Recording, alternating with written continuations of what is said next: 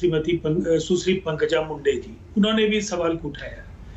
कहीं ना कहीं ये केवल जनता दल यूनाइटेड की मांग नहीं है, जातीय आधार पर जनगणना की बात हम पूर्व में भी करते रहे और उस पर इसलिए हम कायम हैं कि अगर 1931 में आखिरी बार जब ये जनगणना जातीय आधार पर हुई थी और संवैधानिक पक्ष ये है कि आज आपने आरक्षण दिया, कल केंद्र सरकार के एक फैसले के बाद चाहे सवर्ण आर्थिक दृष्टि से पिछड़े जो नौजवान हैं या जो पिछड़ी जातियों के लोग हैं, उन्हें फिर से आप जो दांव चल रहे हैं इससे बिहार का क्या भला हो जाएगा? एक लाइन की बात है। देखिए, उसके लिए तो नीतीश कुमार जी ने कहा है कि जिन स्थानों पर केंद्र की अनेक योजनाएं हैं, राज्य सरकार की अनेक योजनाएं हैं, जहां अति पिछड़ी जातियों के लिए उन योजनाओं का लाभ पहुंचाया जाना है। अगर संख्या के हिसाब से अगर जाति देखकर लाभ पहुंचाई जाएगी तो ये तो गजब बात हो गई सर।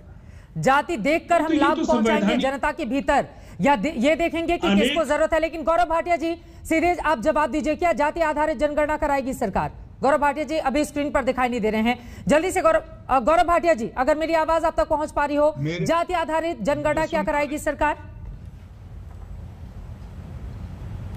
आप मुझे सुन पा रही हैं? जी सुन पा रही हूं आपको।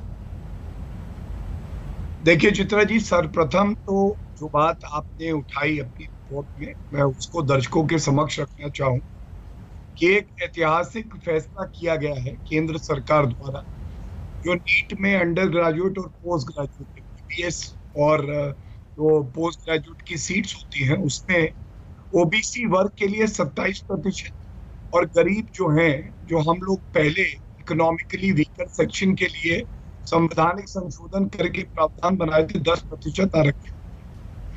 और आपने कहा क्या ये एक दांव है? आप किसी विशेष वर्ग को जीतना चाहते हैं तो जीतना चाहते हैं, लेकिन दांव करके नहीं, उनके पांव जमा कर। और आपने देखा होगा किस तरह से सर्वसमावेशी नीतियां जो हमारी सरकार की हैं, आरक्षण देना एक बात है, उसके अलावा आप उनको कैसे रोजगार के अवसर दें।